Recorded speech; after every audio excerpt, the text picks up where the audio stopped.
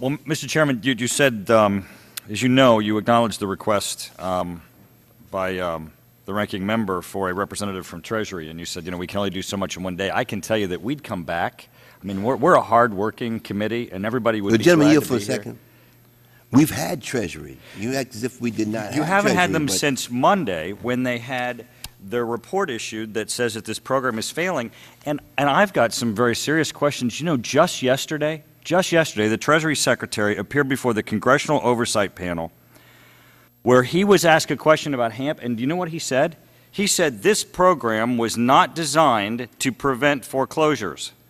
It was not designed to sustain homeownership at a level that would be unachievable, imprudent to try to do. He goes on to say, when someone asks him, well, do you think it should go to 65% of homeownership level? He says, I think you're describing exactly the objectives that have shaped this program. The chair of the Congressional Oversight Panel, responding to his comments, said this, I was very surprised and very frustrated by the notion that the Secretary seemed to be saying that a program that helps only a tiny handful of families facing foreclosures is a successful program because, in effect, the rest deserve to lose their homes. She says, I thought that was shocking.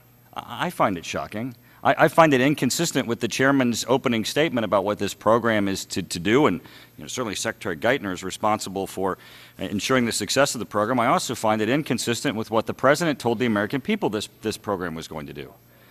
Now we have an absolute crisis, and it is not over. I mean, I'm from Montgomery County, Ohio, and the foreclosure rate is staggering in my community.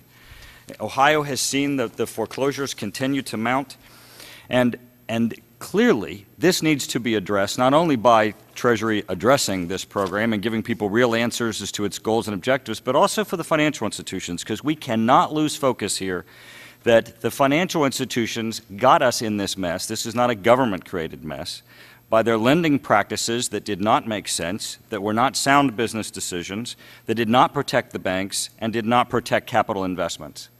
And the concern that I have as I look to Treasury and then to the financial institutions is that decisions are being made currently that don't protect capital.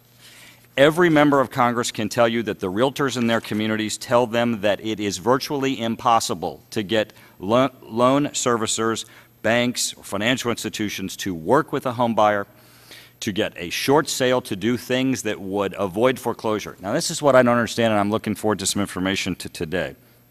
The test under the HAMP program is supposed to preserve capital for the banks, but apparently it's not a program that even the banks are with zeal pursuing. And then when you look at the market, any time that we can avoid foreclosure, you make more, you've preserved your capital, the market sustains more because once a home goes into foreclosure, prices in a neighborhood drop, and families are sustained. So I'm interested today in why isn't this program working? Why isn't Treasury here? But also from you guys, why aren't you operating in what we would all believe a market standard of capital preservation, because we are continuing to proceed toward foreclosure at rates where we all know people are approaching the financial institutions with deals and offers that are being rejected that would have a higher return than foreclosure does.